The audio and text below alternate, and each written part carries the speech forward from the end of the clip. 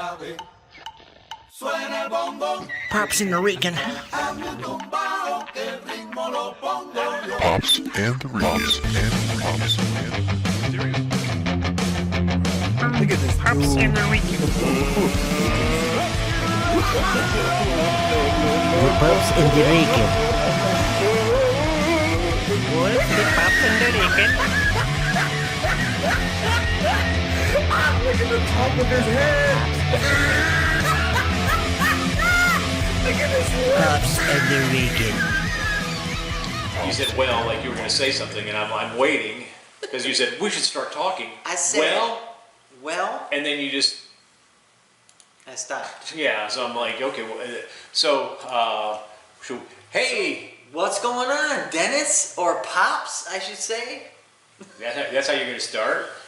Ready? Okay, we'll go ahead and start. Yeah, ready?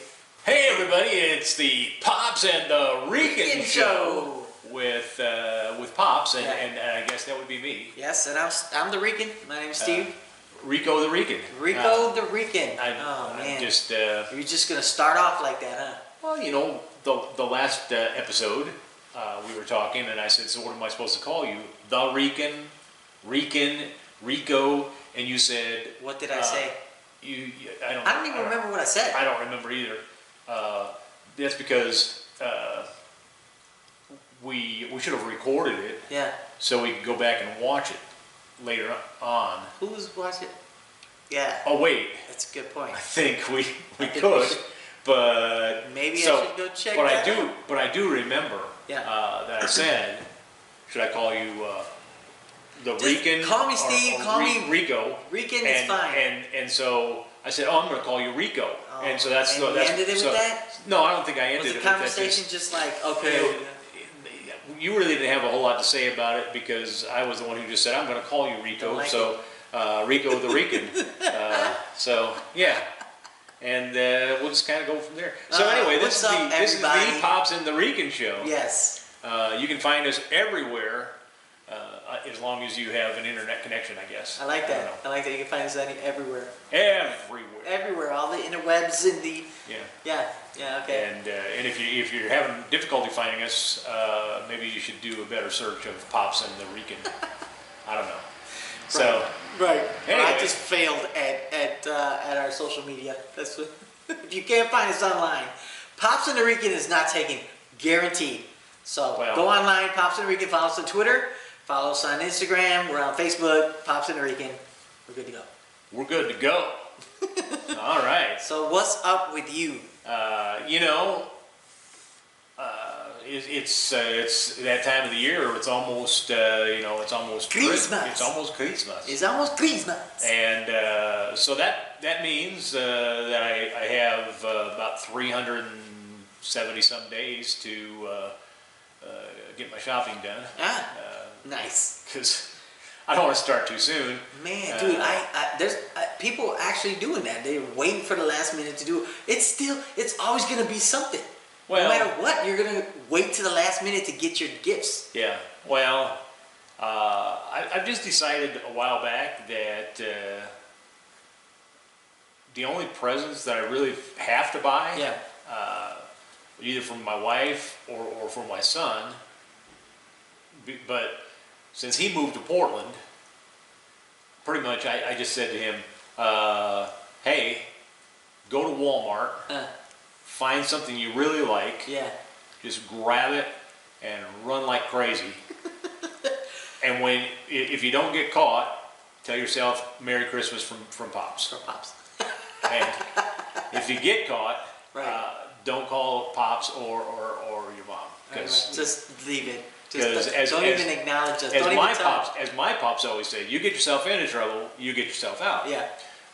So, no, I just don't. The whole Christmas buying thing. I want to be generous. Yeah. But I tend to think that I'm generous most of the time. Yeah.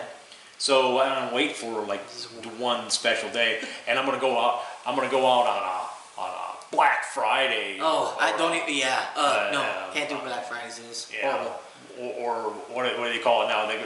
On Mondays they've got something they call it. Cyber Mondays. Oh yeah, Cyborg Mondays. Cyborg Mondays. And so they got all that stuff. It's just, hey, we're going to advertise so we can make more money. Yeah. When you could actually be generous every day of the year. Right. If you really wanted to be generous to somebody, you just say, hey, hey, Rico. Yeah. Would you like something to drink? I'll buy you a cup of coffee. Wow. Because you don't even do that now. That's so great. well, but I can talk about it, and all of our viewers and listeners sure. would be like, wow, he really is generous. He's buying the so Rican. generous. Wow. He's buying the Rican some coffee. Wow. And hey, That's great. We're going through just so you know, test. yeah, this is we are recording. This is actually a new segment. We're going into our sponsors, ladies and gentlemen. It's time for sponsors. Oh man, we just doing it, man. This show is doing it. We want to give a big shout out Yes, to here we go. Brick House. Brick House. Coffee. Brick House Coffee is amazing coffee. It's great coffee and people and community. You know, it's nothing better than to have an emergency drill. We're running low on coffee. Oh no, Pops is going to be really grumpy because he hasn't had coffee. We gotta go to Brick House Coffee because Pops is going to have a meltdown. Exactly. Yeah. We don't want that. We don't want you to have a We want to have a big shout out to Brick House Coffee. Yes. Best coffee great. that I've had, and I can't say the entire world because I haven't been to the entire world. Right. But it's good coffee. It's great coffee. all of the places I have been, I think it's the best. And so if you're in that Greenwood, Indiana area, and if you're not, it's worth a drive. Right. Just Head on out. come on to Greenwood. Yeah. And stop over there, exit 99, get off, and you'll see Brick House Coffee, and go in if they're open. Don't go in if they're not open because they don't like that stuff. the cops. Who does? Thieves. Thieves. They like it. Thieves. But other than that, get yourself a nice cup of coffee, or hang out. or as the Rican likes, the chai tea. Oh, the chai tea is the bomb, especially if it's dirty. Jared hooked it up. Dirty chai tea. Go in there and ask for the dirty chai tea, and you will not be disappointed. Guaranteed. And so just great coffee, and then they have like pastries and that kind of stuff. Yeah, they have some great stuff there. And even got some some gear that you can get to as well. Some cool hoodies and stuff like that. So I mean, they're all about community, really. Yeah. They're not just the whole coffee thing. There's so much about community that they said to us, hey, if you guys want to do a comedy thing here, and so we were doing the caffeine and comedy on Wednesday nights, right? That was fun. And then now they're saying, hey, maybe you could do some stuff on Saturday night, and we could do kind of more of a variety show. Yeah. So we're making that move after the first of the year. We're making that move to Saturday nights there at Brick House Coffee. Dope. Yep. And it's the Gutty's Gumbo. Gutty's It's like Gumbo. a variety show and all that good stuff going on. And we're bringing some great musicians and just to have a great time, good timing. Oh man, it's gonna be a lot of fun. Yeah. And so you get done with a day of shopping or whatever it is. I don't know, whatever you're doing. Yeah. Laundry, I guess. Shopping. And you're like, what should we do now? Hey, between 6 and 8 o'clock, we should go over to Brick House Coffee. I like the way you put that together. We should get some coffee. Yeah. And we should enjoy the gumbo, the variety show. Hey, let's You can just beat on your. Let's hit that mic. Let's see if people are paying attention. Hey, you know what I'd like to do today? I'd like to catch a show. Yeah. Well, then Brick House Coffee could be. That's where it's at, man. Man. It's gonna be fun. Yeah. Yeah. So there's that. And, Yeah. and then we should also, as we're shouting out to people we want to make sure everybody knows about. It's also there in Greenwood. Is Stage to Screen Studios, which will be also the Cabaret Theater. Cabaret. I believe it's catering and cafe or the catered cabaret. Catered cabaret. But I know they're going to get this thing locked into place, but until then, I'm going to be. Well, right now it's I'm going to be basically confusing. It's known to Stage to Screen Studios. Stage to Screen Studios. Yeah. The Cabaret Theater. Right. Exactly. And so it's they're on Madison, and they're doing some really cool things with Right, we've been- all kinds of Right. We've been connected good with shows and Chris. Chris Tompkins. Yes, and he has been amazing as far as allowing us to come and do these open mics and just to bring in comedy to that as well. But they also are doing all kinds of different Broadway type shows that have been pretty cool. And they're getting ready to step things up for some dinner theater stuff. Yeah, So yeah. I mean, dinner and a show, that's a pretty good deal. Yeah. And so they're doing some cool things, and like you said, they're letting us go in there on Sunday nights. Yep. And we do the Laugh Sabbath comedy night. Yeah. And comedy showcase there. Man. And that's been going well. I mean, it's been fun. I mean, especially when we've been able to connect with all these other comics in this area. Yeah. That has been really cool. And so again, we thank Brick House for letting us do. Muchas gracias. After the Saturday night gumbo, Yeah. Gutty's Can't Gumbo wait. See what variety show. See how that's going to turn out. And then Sunday night, so we got Laugh Sabbath comedy night there at Stage to Screen, Yep. catered cabaret theater. Yep. And so a lot of great stuff going on. Yep.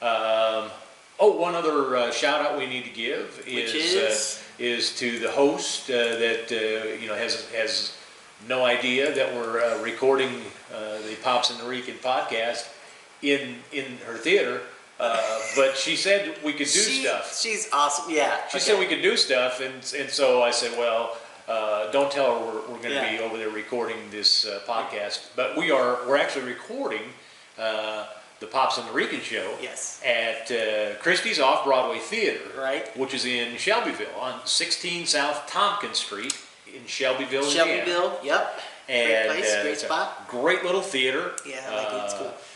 And they've done some really cool shows there, and they're getting ready to do some more things in 2019. Yeah. I know they're talking about doing Leading Ladies, which is a real fun play that people should go to and see. So are you the lead in that? I'm going to be the leading lady. Yes. No, they wanted somebody that look good in hose and high heels, and I don't look good in anything. Amazing. Let's be honest, in anything. Gorgeous. So yeah, I know they're going to do that show. They've got some other things planned, and it's just really going to be a lot of fun this year for them at Christie's Off-Broadway Theater. Nice. And then we're talking about trying to do some comedy showcase stuff from Gutty's. Bring Gutty's Comedy Club to that stage. After make the it a first little bit of the more year. consistent. And do some weekly stuff type of there. thing. So we're big shout out to Huge. to the owners of Christie's Off-Broadway Theater, and good stuff, man. and until she knows that we're actually in here, the cops have not been called. So that's the good news. She doesn't know. Yeah. What she doesn't know won't hurt her. And should we throw out a couple of people that we were hoping would become sponsors, and maybe if we talk about them, Yeah. on the podcast, Yeah. we can say, hey, look, we've already talked about you a little bit. Maybe now you should throw some. Throw some on. Yeah. That's all good. I mean. Yeah. You know. Brooks and Insurance. Yeah. Share. Well, I don't like to brag, but I know the owner of Brooks and Insurance. Nice. And Heather is she's a great insurance agent. Mm-hmm. But she's not just about selling the insurance. I mean, she does sell. That's her job. She right? does sell insurance. Yeah. But I went to her and I said, "Hey, I'd like you to give me a quote on what it would cost for me to insure my cars and my home with your insurance agency." And she came back and she said, the group you're with right now it's a really good deal. I don't think I can beat that deal. And so What's I was honest? quite amazed with her honesty. Yeah. Because she goes, well, you know, what you got is garbage. But no, she's just a real upfront, full of integrity person that's just going to tell you the truth and give you great service. So because of that, I said we need to have her be a sponsor. That would be awesome. Of the Pops and the Rican show. Sure. That So would be great. so now that I spent all that time talking about Heather and how great she is, and she's just a wonderful person. Yes. I'll say, hey, you should watch the Pops and the Rican show or listen to it, and then maybe Jump on in. Maybe you should think about Joining us. ponying up some cash. Right. Join us. So that's all I'm saying. That's cool, man. That's cool. I like it. There's that. Yeah. Yeah. That's good, man. I like it, man. So anyway, So- that we if you are interested, anybody that's watching, listening, you've heard somebody else talk about it, and you think, wow, maybe I should sponsor the Pops and the Rican show. You can do that. Just send us an email. Roll through. Pops and the Rican show Roll through. at GuttiesComedyClub.com. Yes. .com. Just send us an email saying, hey, I would love to be a sponsor. Yep. I want to give you money. Yep. So tell me how I can do that. Just send us an email. Pops and the Pops Rican and Rican. at GuttiesComedyClub.com. Yes. .com. Yeah. Love it. Yeah. So okay, so we did the sponsor things. Well, now that So hey, last time yeah. we did a little thing where we were talking about maybe we should hear a little bit about the Rican. Mm-hmm. And maybe someday we'll hear about the Pops. I don't know, because we don't want the crowd going to sleep right now. Well, that's all But- good, bro. But we're talking a little bit about. Yeah.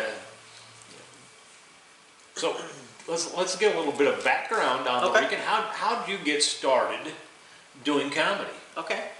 I think with anyone that aspires to be in comedy or want to do comedy, I think they've grown up around people that have always told them, you're hilarious, or you're funny, or like they're at school, and in school they're like the class clown, or they're just pretty much the dude that that if they're in Yeah. the crowd, they're guaranteed to bring some funny.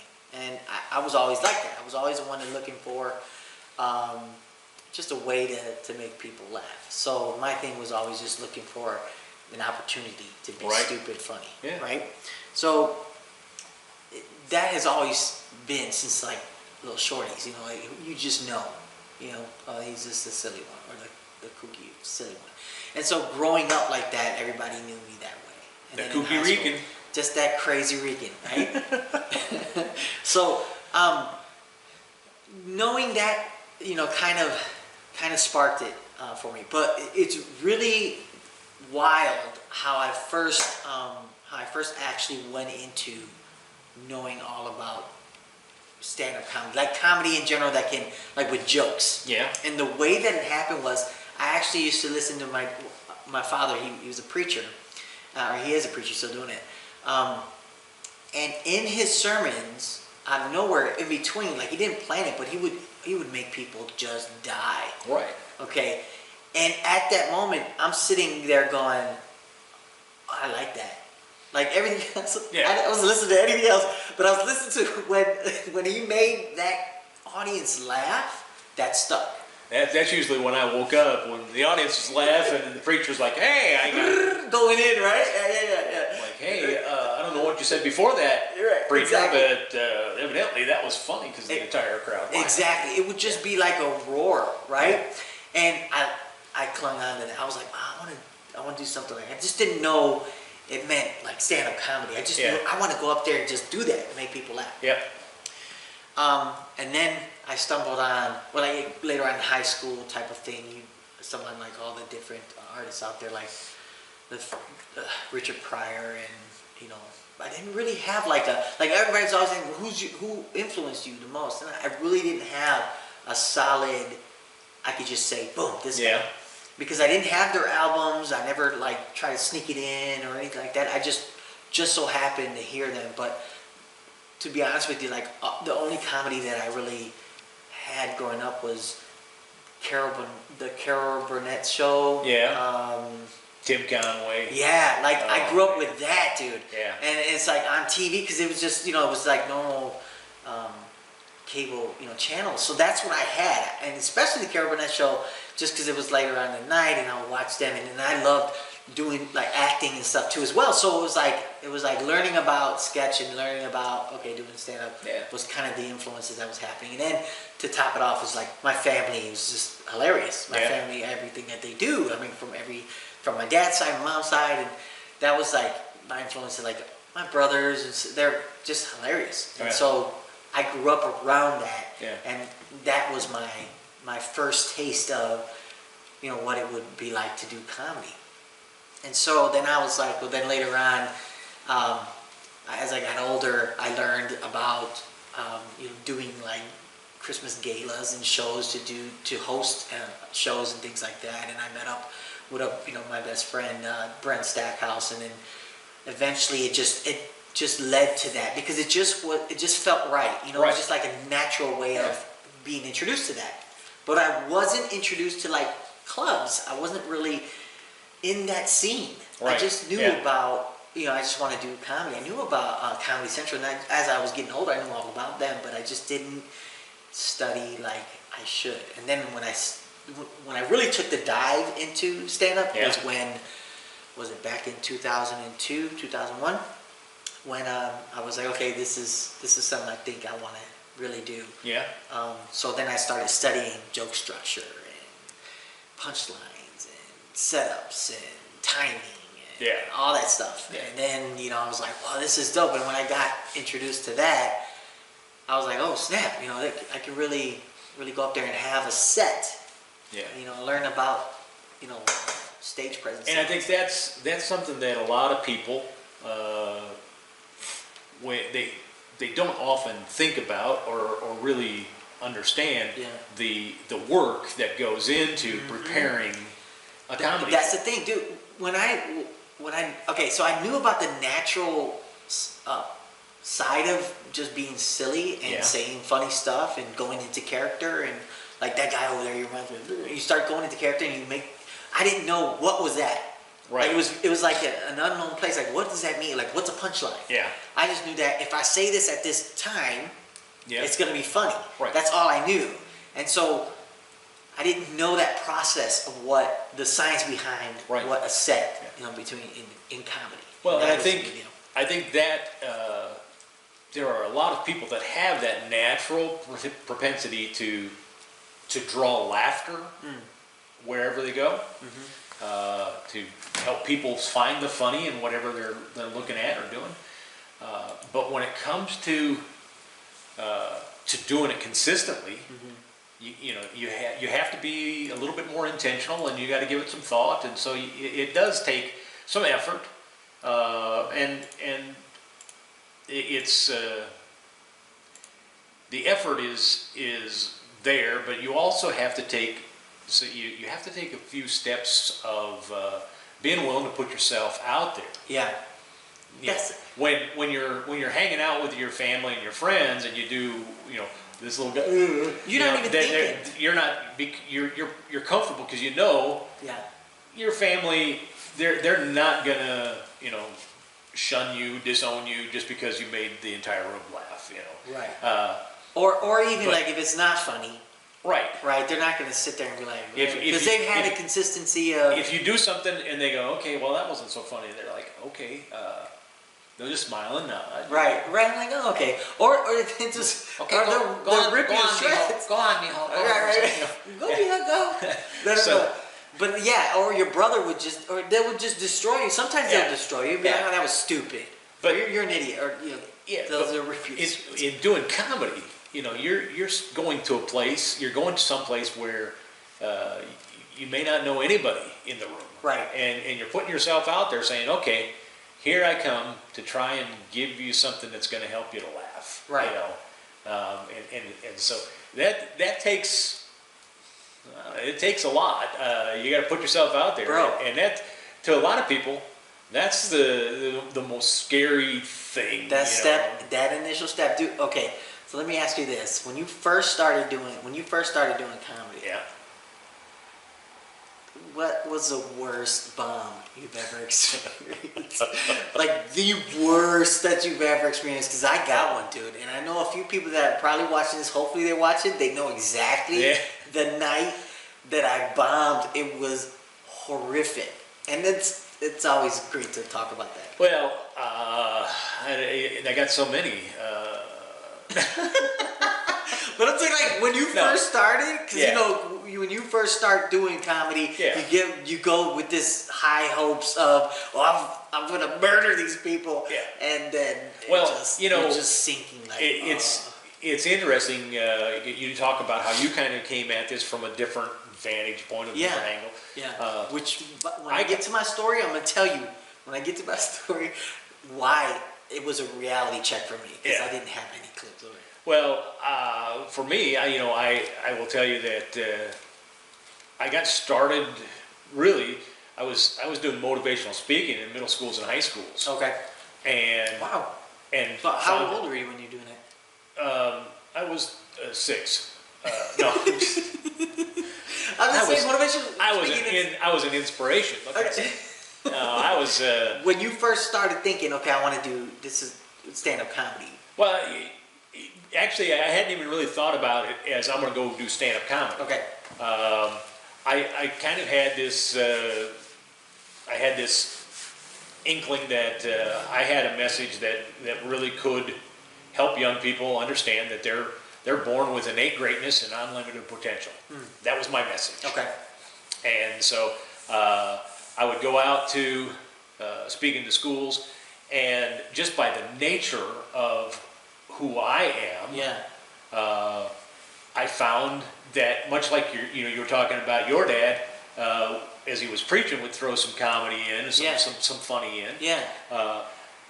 I've discovered, early on that the students that I was going to speak to were more engaged when I would keep them engaged by peppering in some humor.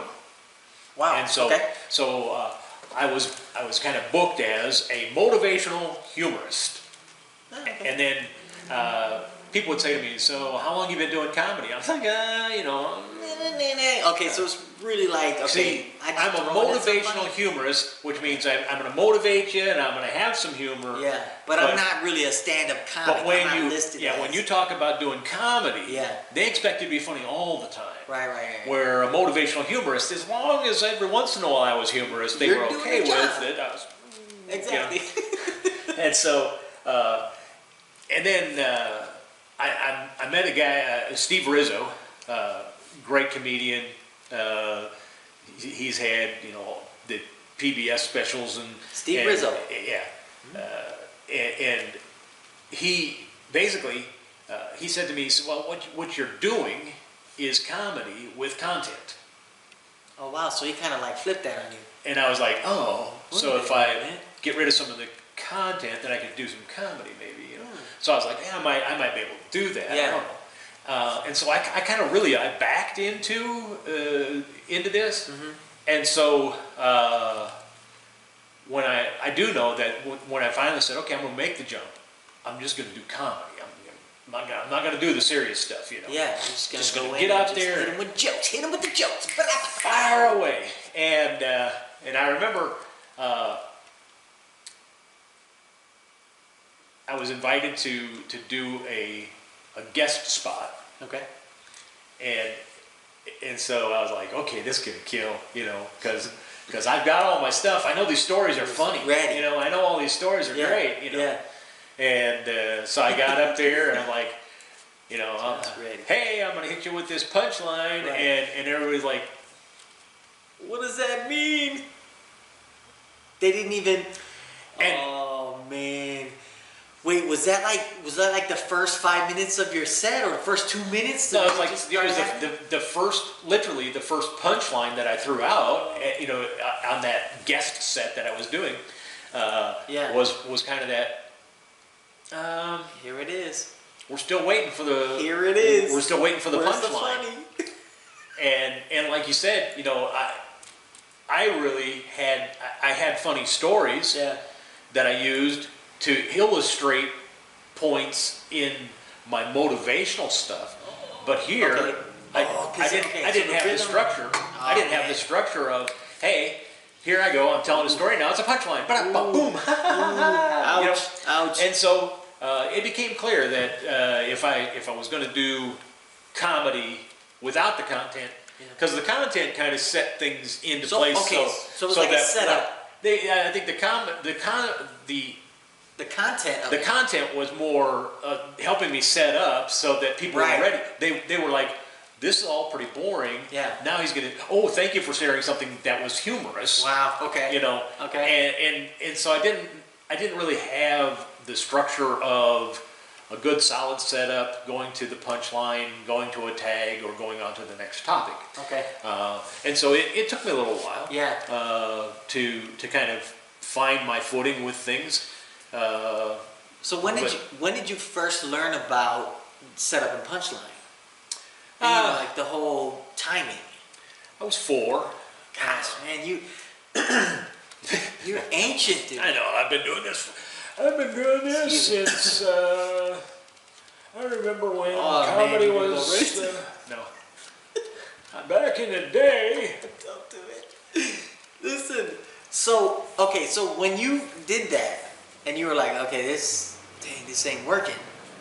I mean, how did you feel? Were you like still kind of like, oh, whatever, you're gonna walk it off, or were you just like, this was the stupidest thing I ever did? No, I was literally when I said something that I thought, okay, I've told this story before, and I usually get good laughs. Yeah. But it was two kids, right? Or two. Well, it was teens, so middle school and high school, mostly middle. I will tell you, I would much rather work with middle school students than high school students when it comes to the comedy aspect. Is it because they're a little bit more silly still, that they're not gonna be too serious and like, I'm too cool? The high school kids, You know what I mean? Like, They're like, whatever, you're done, old man. yeah, pretty much. Yeah. And They still and have with, that sense with of middle school wonder. kids. With middle school kids, if you get to a punchline and they're not buying it yet, Yeah. you know, you're like, So you explain it a little bit to them? yeah. So the dog was working on his typewriter, and he farted. And middle school students are like, boom. Yeah, bro. Where you do that. You do that in church, and people don't laugh at it at all. I don't know. They don't like farts in church. Unless of course. They don't like the farts. Unless, of course, you're sitting in one of those wooden pews, and it just rips, and you do it real loud, and then everybody laughs, It's like, except for your mom who's sitting right next to you. Which is really kind of strange because my mom, you know, she's a German woman, Yeah. and so it was always startling to me when she'd go, Mijo! I was like, what, Mom? That's not. No, I'm just kidding. Fuchi que pesta. Fuchi que pesta. Oh, so That's your line, bro. That is your line. So- Fuchi que pesta. yeah, so then you got to that place where you're like, you know what, I'm Yeah. gonna do this. Yeah. But Dude, okay, look. I didn't write one joke. yeah, All I did was I thought, hey, my friends thought this was funny. So I'm gonna, and it was, okay, so it was at a restaurant in Waukegan, and it was a family reunion type of setting. Oh, bro. for your family or for some other family? From other family. Okay, for another And they family. go, hey, just do some comedy, just because with them I'm hilarious with hanging with them, right? Yeah. I'm stupid with them. They were like, you should just come do it, and it was right at the moment where I was like, you know, I want to learn this, but I didn't have one joke written, bro. I had just ideas. Ideas. That is the worst, bro. And I got up on that stage, bro, and there, everybody that was there, they knew it was going down. Something is about to happen, and it's gonna be epic. This guy's gonna have a meltdown on that stage. I did this one bit. I didn't even know it was about talking about this guy I met who he was an electrician and he was working in this area that I was in. And I asked him. I said, "Well, how did you learn about this?" Because he didn't know that much English. So I was like, "Well, then how did you get certified for this?" He said, "Oh, certifications." And he just kept saying certifications, certifications. And so I reenacted certifications. Yeah. With no premise. Like, I didn't have any premise or story. So everybody's looking at me like, what the heck are you talking about, bro? It was one of the worst feelings. Bro, my innards were just going, like I felt just my soul was leaving me. And I was going to be hovering over everyone and just be like, goodbye. This is the last of my existence. And I'm Bro, I'm going to certify the fact that my certifications. He just kept, certifications. Like that. Like, that's it. That's all he was saying to me. And I thought that is hilarious to me that he just kept going, certifications. Yeah. And I'm like, you don't have a clue what I'm saying in English right now, but he's just like, certification. Well, it's kind of like, you talk about the middle school kids, and if you say fart, they're gonna laugh. So can you imagine you show up and you're like, hey, one person in I got a 15-minute set. Bro. Farts. Bro, exactly. Farts. Nobody was in the audience and there was no Hispanics in the audience. It was just my brothers. And they were looking at me like, this mug is stupid. So they just started roasting me. Bro. Yeah.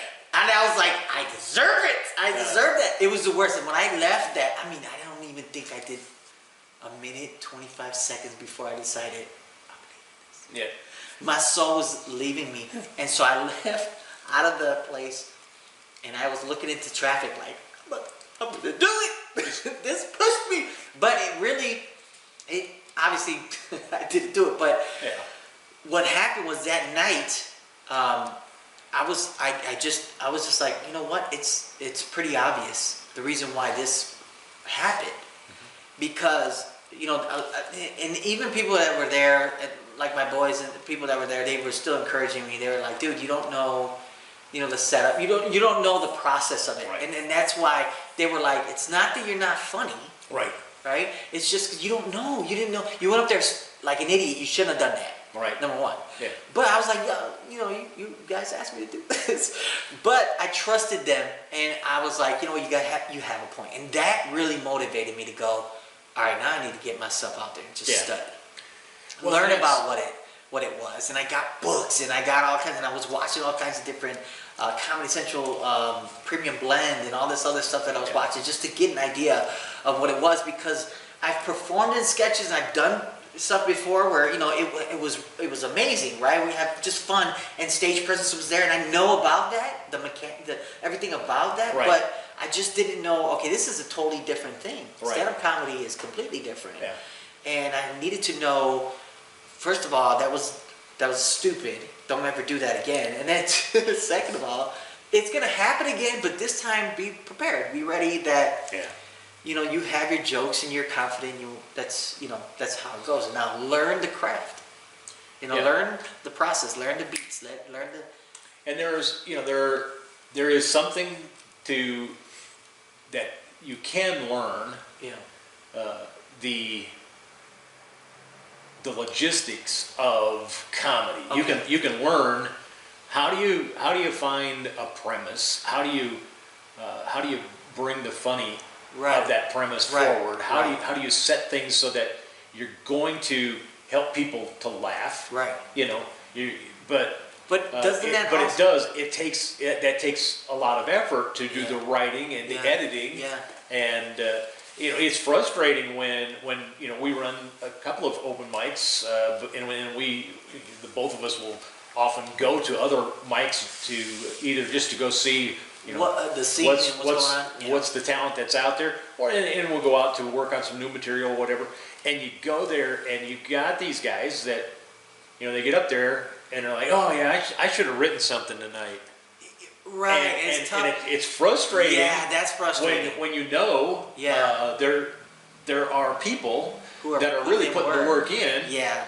There's a difference. And then you go to an open mic where you're there to either see somebody really work on their material, or you're there to work on your material. Right. And you got these jokers that are going, so I was going to write something, but I didn't. That's so interesting. Let's talk about. That's interesting. Okay, so then that means basically that's an interesting point, because we're talking about now how serious are you about stand-up then? Right. Because, and here's the thing, here's another thing too, is, and I've done this, I'm guilty of it, for real. Like when I show up to a spot and I see that there's nobody there but comics, Right. I tend to be like, forget it, I'm not going to try my material. Right. You know, I've done it, where I'm like, what's the point? Because we're all there because we're all thinking about our set. Right. You know, and so when I go up there and I put in energy and I'm not getting energy back, it's kind of like a waste. See, But at the same time, you do need to get to a point where I'm not. This is that what we were talking about before. I'm not performing to get that laugh. yeah. Here's what happens. When you go in and you're thinking, I'm going to an open mic, and then you got 20 comics and nobody else. You got no Right. non-coms. Right. And Non-coms. Okay. and so I don't know if I'm really going to throw up all my good stuff or whatever. See, when I go to an open mic, Yeah. I'm looking at, okay, here's an opportunity. I'm Yeah. getting on stage, Yeah. and I'm going to try this material out. Okay. I'm going to see if I've got the right rhythms, I've got the right cadence. So this is new material. Yeah. Okay, so the difference is, do you bring good? Okay, so like for example, I went to Joker's, Yeah. right? And I brought my material that I thought was good back then, and I'm trying it out. It's not new. It's stuff that really worked, and of course it didn't work. Well, Meaning, not necessarily worked, but just didn't get the reaction that I expected. Right. And so I'm going with Right. an expectation. Right. Right. And And see- that's what let me down. And that's not where, necessarily to be real because honest, the place when- is great. Yeah, to be real honest, if I'm going to an open mic, I'm not going there to try and garner a lot of laughs from the comics. Although in the right scenes, Yeah. in the right rooms, Yeah. when you've got a bunch of comics that are there really to support each other, Yeah. and to get better with each other, Yeah. then they will laugh. You know, they'll take, oh, that's a great premise. I hadn't thought of that one. Yeah. You will have those mics where they're kind of petty, where I wish I'd have thought about that. I could do that better than him, you know, and so they don't laugh. Wow. But for the most part, you've got to come to that place where you've got to have the right focus of why am I going to do comedy? Why do I want to do this? And it really comes down to the direction and the focus that I think comics need to have. Yeah. Is too many comics are like, I went there and you've said you've kind of fell into this. Yeah. Where I didn't get what I expected. I didn't get laughs. Right. I didn't get the feedback or the energy from the crowd that I wanted. Right. And anytime you're going on stage to get something, I think you're starting with the whole backwards premise, and you're thinking, man, if that's what you're doing is to go get something, then you shouldn't be there. Interesting. See, wow. So okay. to me, laughter. But it's laughter about is this. entertaining, right? Laughter is this great gift. Okay. The guys that wrote, the people that wrote Monsters Inc. Right. They had this thing down because That's right. they knew that there was energy Yeah. in certain things, Uh-huh. but the one that had the most energy was laughter, and that's it. We have this great gift to share this energy of laughter. Yeah. And so the focus really should be, I'm going to go and I'm going to give away this energy. Okay. I'm going to give people an opportunity to laugh. That's interesting. Okay. Let me stop there. Okay. So, giving them an opportunity to laugh versus going there to get a laugh. Right. Right? Yeah. It's interesting to think because I don't know the percentage, but I'm sure like majority of comics are going to get that laugh. Isn't that the purpose, to get a laugh? Well, Instead the of giving purpose is to generate laughter. Okay. To entertain, right? I mean, Right. you're there. You And have to be. if I am doing a good enough job Yeah. entertaining, Yeah. I am going to do stuff that's going to generate laughter. My words, my actions, my facial expressions, they're Yeah. going to generate laughter. Yeah. But if I'm doing it just so I can get laughter, then that's just a very depressing thing to look at. Because if you walk into a room and you go, "Hey, everybody, I'm going to hit you with a punchline," Yeah. and you're like expecting to get nothing. something back, and it's you don't, crickets. It's just quiet. They're staring at you like, okay, then you're just stuck. You're like, what do I okay. do? Like, how do I get out of this? Yeah. And you're just And- sweating bullets. And I think at the end of the day, if we go in thinking, okay, I'm going to do everything I can Yeah. to generate laughter, and if I hit a punchline and I get crickets, evidently I haven't done my job right yet. Interesting. So yeah. that didn't work. So Now then I'm you gonna, leave- I'm going to try something else because I'm going to do something. Yeah. Before I leave, I'm going to try my best to generate laughter. So you I wanna did- then you give lean on- that. I'm going to okay. give that power of laughs. So you know? then, if that joke obviously didn't land, you're like, okay, that has something to do with my word economy. That has something to do with the cadence. Has something to do with the writing. Maybe I said the word wrong. Maybe I didn't, emphasize on something. maybe and I change it. maybe I haven't done enough to really understand and know this audience to know whether they were going to like that or not. You know, Okay. and so there's a whole aspect of being prepared ahead of time.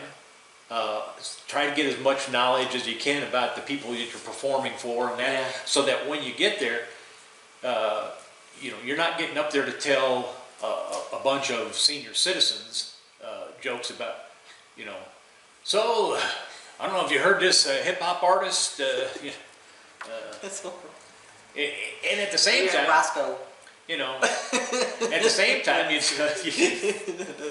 same time, you don't want to walk into a club that's all 20-somethings. Right, you gotta know your plate. You And gotta say, know your. "Hey, everybody, what about that Lawrence Welk?" Oh man, horrible. Yeah. Okay, so then it's really reading the room too. You got to read the room. You got to kind of understand. Try to get the pulse of what the audience, what the room is really wanting. Yeah. And do your best to give them what they want and what they need to generate the laughs. Nice. Okay. And so if you do something like you get up there and, "Hey, Lawrence Welk," Yeah, and everybody's yeah. like, "Who's that?" Yeah. Okay, move on and try to give them something else that Yeah. might bring the laughs sure, and sure. share laughter with people. That's interesting. Because at the end of the day, if you're not generating laughs, you're really not doing your job. That's the whole point. Is you need to go there to get those laughs. No. I mean, we talked.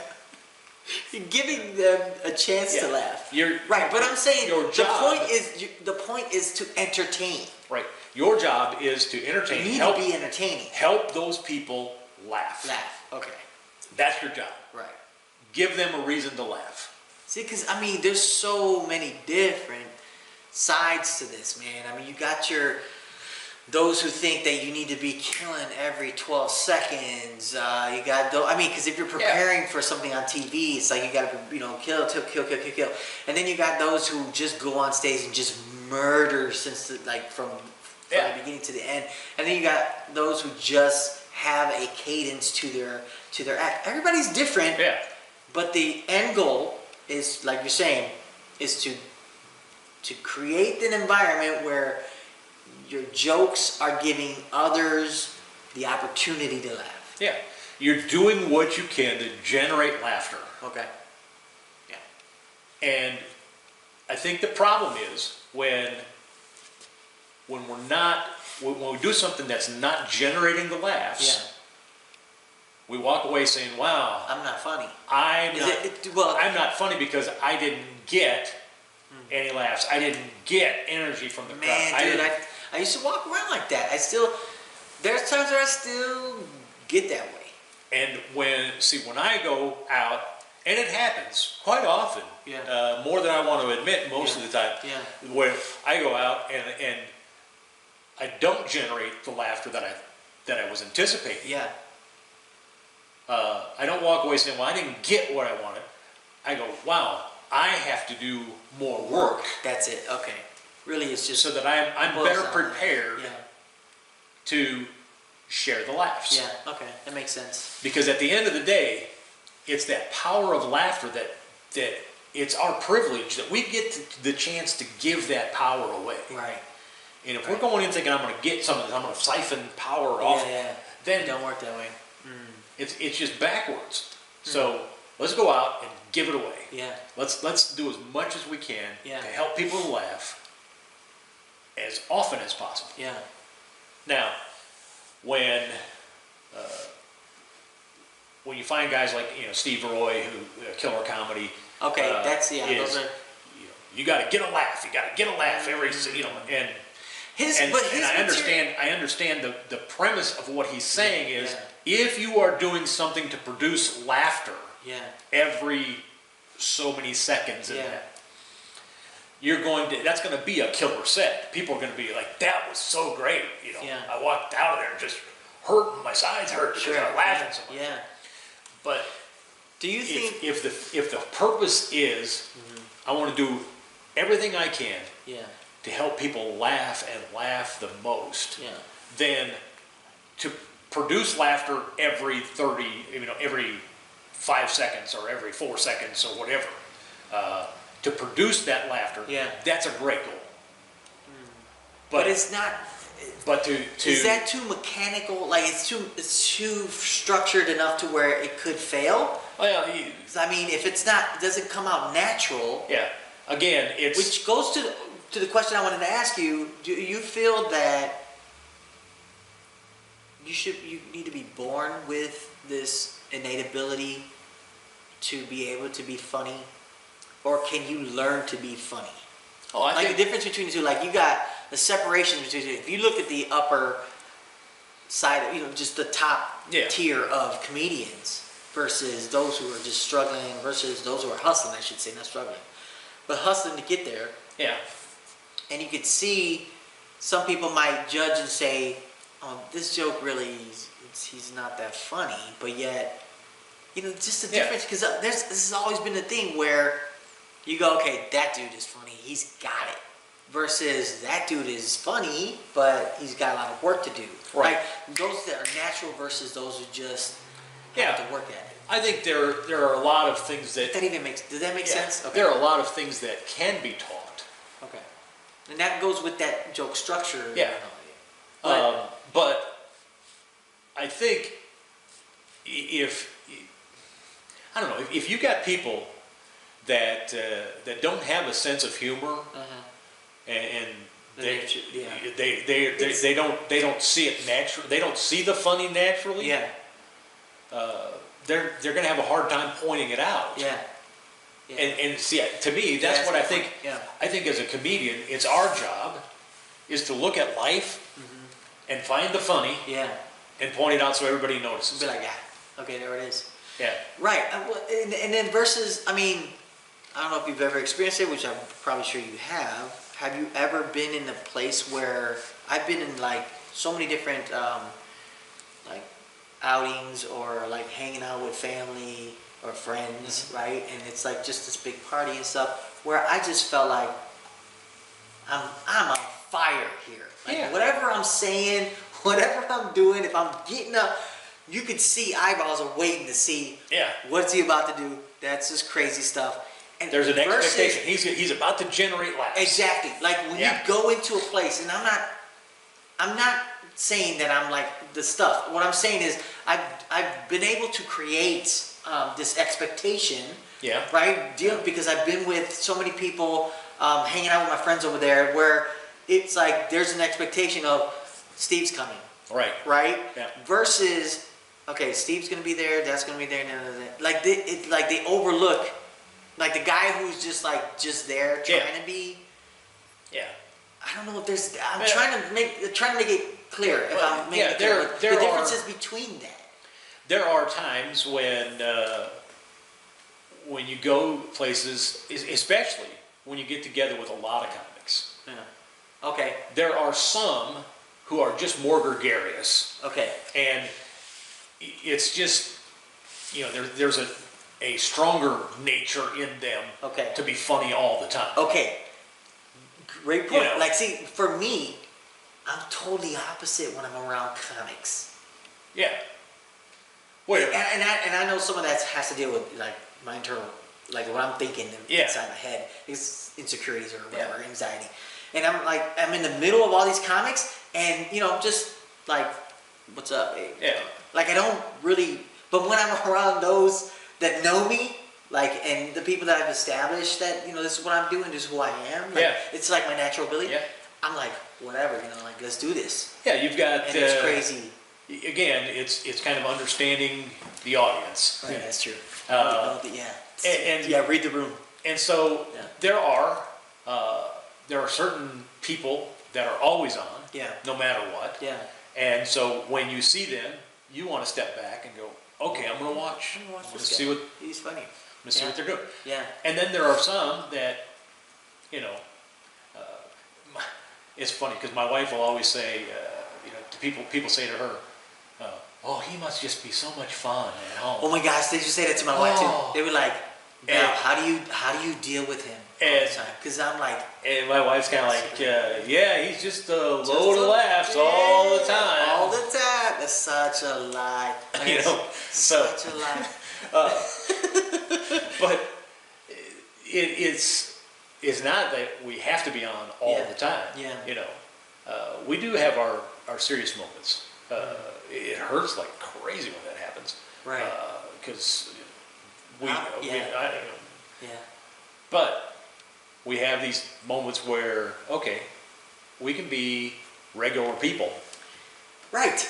And We could do that. We could. now be I will pay tell you, bills. at the same time, I can be a regular guy, but if something's funny, I can't turn that I off. can't help it, but I can't turn that sometimes, like, off, Yeah, bro. Like what gets me is like when people fall. Oh yeah. It don't matter who it is. People falling gets me every Yeah. time. Like it just. Yeah.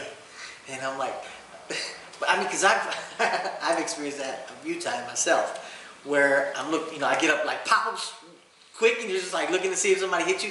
I've done that, Yeah. but just seeing people, just their face. Okay, so like recently, really quick, I took my kids to go roller skating. Yeah. This is the best thing I ever seen. Well, Bro, everybody in there was like doing the nay-nay. You ever see it? Just doing all this stuff. This is all they were doing, bro. And it's grown-ups was Yeah. killing me because when they got to the point where they couldn't turn, you could see their face and they're going, oh Jesus, here we go. That's it. You can see their face just solid. It's just solid. They're going, oh God. They're like, oh, I gotta pay bills. It's just, they're just feeling it Yeah. right when they're about to just Oh, eat yeah. it, bro. It is the best. That's Oh. the best therapy. Even though it's a little mean, but it's hilarious that Yeah. everybody's doing it. I always when I see somebody fall, I laugh real quick, make sure they're all right, and then laugh at them a little bit more. Because it's Everything okay? It's Okay. okay. Do I need to call? Do I call 911? No. Okay then. That was funny. You know? You're No. not dying. No, Great. it's like I say. Yeah. When you go through life and you see funny things and you want to point them out, Yeah. you want to share it with others. Yeah. Because again, I don't want to laugh by myself. Right. I want to share that. You're right. Share that. You know? Exactly.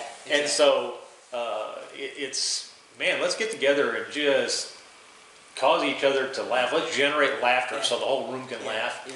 Then to me, there's nothing better than that. So. So then I want to go back to what we were talking about earlier about. Well, first of all, you do what is it called? Comedy college, right? Comedy college. Okay.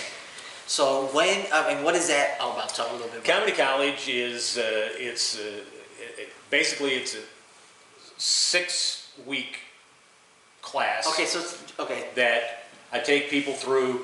How do you write comedy? Okay. Where do you find material? Yeah. How do you generate the material that helps bring funny to the forefront? Okay. And then we talk about structure of jokes Okay. and different techniques of what do you use to help bring out the funny Okay. in. So you're not telling not them, okay, so you're teaching them to be funny in a structured format, right? How to Yeah.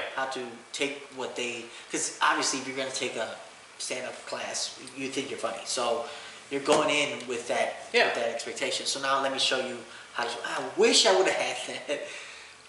But the thing is, okay, so then you're teaching them that. It's pretty basic as far as like the structure of it, where you're teaching them how to these Yeah.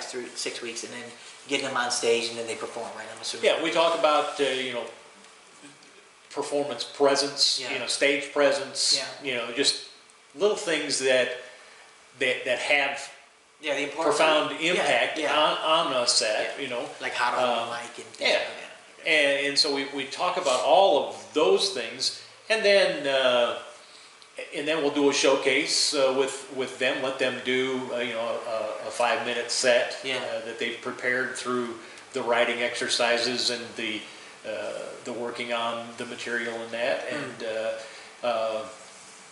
the thing that I enjoy a lot in the class is when we, as a class, we share.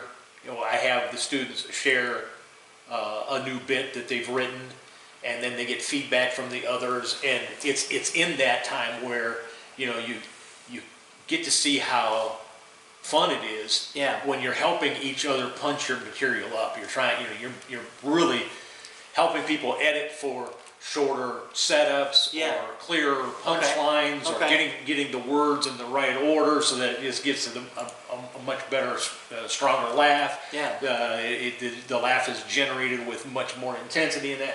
And that's just fun to watch that happen. Okay. And then Yeah. to bring them, in fact, right here in this theater, at Christie's Off-Broadway Theater. Have we mentioned Christie's Off-Broadway Theater? Have we mentioned that? Christie's Off-Broadway Theater. Off-Broadway 16 Theater. South Tompkins in Shelbyville. Bringing them on stage and doing a showcase where they invite their family and friends, Right. And then they show them. and then they're doing stand up here, and it's just fun because they're getting to experience the joy of getting the laughs, and not every showcase is a huge success. There are some that they still. Well, they're gonna. Yeah, of They course.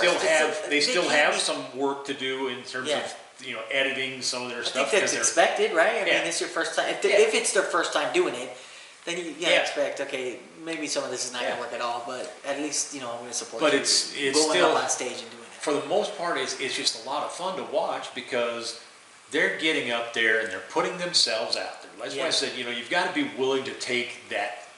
You Step. make yourself vulnerable and put Take that yourself step. out there.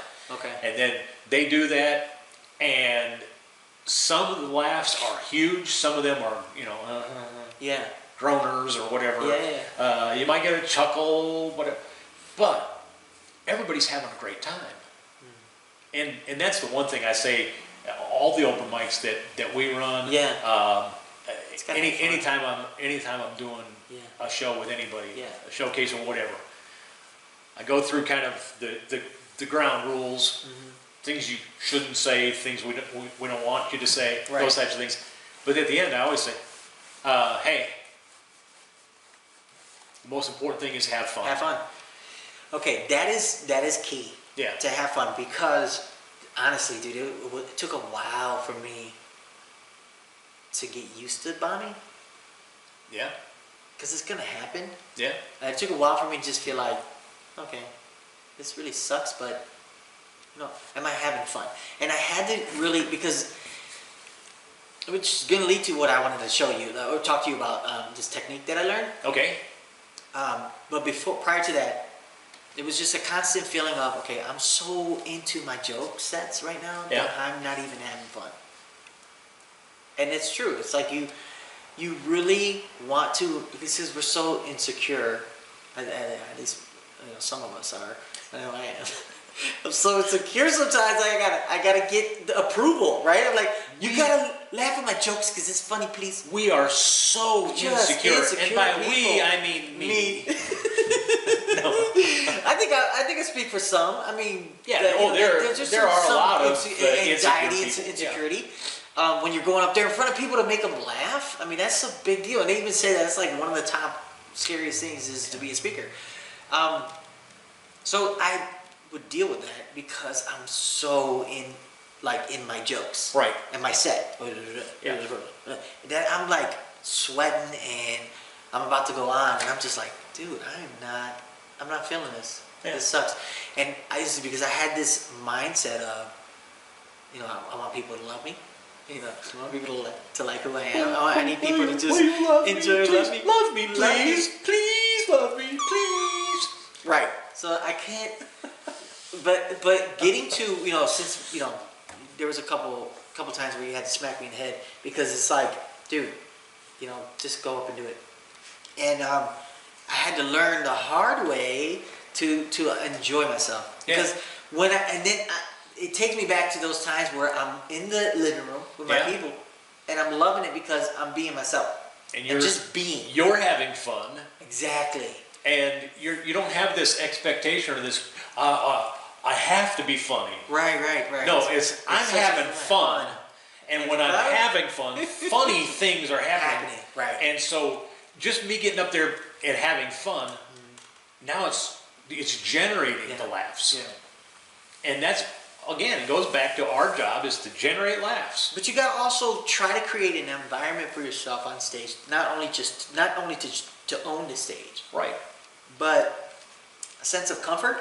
Yeah. Right? You got to get to a point where you're comfortable on stage to be in front of people and to try out these jokes. Yeah. And that takes confidence in your work. Yeah. And confidence comes through preparation. Okay. It's true. And through the repetitiveness of things. That's true. Yeah. Where if you do a good job of writing your material and really working on editing it and getting it so that you're comfortable with the words and you've given enough. You're feeling a good rhythm. You've given enough words to give the audience the direction that you're going, and that now you can be confident that you've done all of that preparation, and once you've done that. And you've tested these things out. You've gone to an open mic and you've tried some things out. Yeah. And you're like, okay, I feel real confident with this. Then, when you get on stage, you don't have to think about that aspect of it because you've done the work ahead of time. Mm-hmm. Now you get up there and it's just that. I've done all of the hard stuff. Now I'm just coming to have fun. With the stuff that I've worked so hard on. Okay. And so now I'm going to get up there. I'm going to have fun. And even if I have shows where the material itself, I'm very confident because I've done this stuff and I've seen audiences laugh. Right. So you know it works. I know this works. Yeah. And I get up there and this particular audience, I deliver it. Yeah. And they're not having the laughs. Not feeling that. They're like, okay, that. But because I'm in the zone of, hey, I'm having fun, and if you're not really focusing on them, are you? Yeah. Like you're not focusing on the. I mean, you initially feel the reaction, but at the same time, you're not really. Again, I'm not looking for them to give me anything. Right. So I'm watching them to make sure that I'm doing my job to generate laughs. I want to give them laughter. Okay. So I want to make sure I'm doing my job. Okay. Yeah. And so I get done with a bit, and they're like, groans or maybe some snickers, but nothing, not the big belly laugh that you're hoping, And that you got before. And so, okay, I realize I need to give them something other than that to generate the laughs. Yeah. But in the midst of it, if I'm having fun, I don't panic. Okay, so for me, like when I see that a joke didn't work, I go into like I start self-deprecating myself. Like, is that what it is? Like I go against I start saying, well, that sucked. You know, I start saying something like, well, I'm gonna take that joke and put it in my pocket. You're starting to analyze. Okay, what just happened? Yeah, I didn't get that joke, and I'm like, well, I'm gonna stand up here and not say jokes. Paralysis from analysis. Paralysis from analysis. It's like, okay, I'm paralyzed right now. Wow. I don't know what to do. Yeah. I'm trying to figure this out. And there's no point. And that's not the time to do it. You know. Okay. That's when you are on stage. Unless it really flows, right? I mean, if it makes it where that's my kind of like sarcastic self. If you're talking and you're having fun exposing the reality of what's going on in the squirrel cage you call a brain, then if you're exposing that to everybody, okay, so that one didn't work quite as well as I thought it would. Yeah. I wonder what that was. You know, if you're having fun doing that. Yeah. If you're having fun being you, and if they will have fun helping you analyze your failure. I like it. But what happens way too often is commies climb into the squirrel cage they call their brain, and they're having this conversation with the voices in their head, not with the audience, and they're locked in that paralysis. And they're like, oh, what do I do? I'm sweating here. It's like Niagara Falls in my shirt. Yeah, you know. Just sweating immediately. And get the dropsies. So that happens. It happens a lot. Okay. So for this leads right into my question, or at least what I wanted to share with you. A technique that helps me, that has helped me get past those moments of learning to memorize my set, each joke. Yeah. Well, I think what did you do? I think what would you do? That does, is, again, when you get comfortable with, you have done the work, you've done the writing, you've done the editing, you have really parsed words to the point where you know, okay, this is a good way to set this up, and this is going to provide the opportunity for laughter to be generated. You're comfortable and confident with that. Okay. Then that works. Then it's how do I remember all of that hard work when I step on stage? That's where technique kicks in. That's again where it's something that you can teach people and help them find what works best for them. Okay. Again, there are a lot of techniques. Right. So you're going to have to find what technique works best for you. Man, okay. It's Von Each wrote in his book Whack on the Side of the Head. Whack on the Side of the head. Yeah, it's a book. What's it? It's a book of Von Each. Von Each. It's a book about. Wasn't that like a cell phone IP? Von Each. Yeah, it's. Okay, so it's the Puerto Rican version. Von Each. So you want to get all all sophisticated on me. Von Each says, smack in the head. In the book, Smack on the Side of the Head, Whack on the Side of the Head. Whack on the Side of the Head. It's a book about creative thinking. Okay. And he talks about how we have been kind of plagued with this misunderstanding that there's one right answer. 1 + 1 is always 2. Yeah, I got you. So there's just one right answer. Yeah, I got you. And so if you're just looking for the one right answer, well, you come to a point where you go, okay, I found a right answer. Ooh. It must be the right answer. Yeah. But in reality, in the majority of life, there are many right answers. And so you need to find as many of the right answers as you possibly can, so then you can choose the best right answer for you. Interesting. And so when it comes to techniques, Yeah.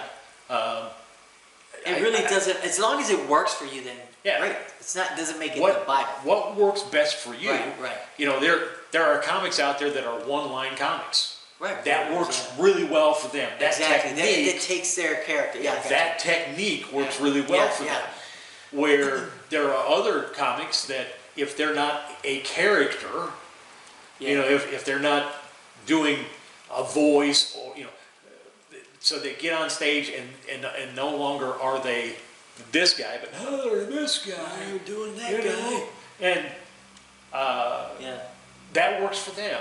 So, Yeah. but you got to find what works for you. And when it comes to remembering the material that you've prepared, you've got to find something that works for you. Well, in your opinion, what do you think? Okay, so this is going to go back to us comics that are going up there too, because I don't have a problem with it. I just find it interesting. Okay. The comics that have their set in a book, Yeah.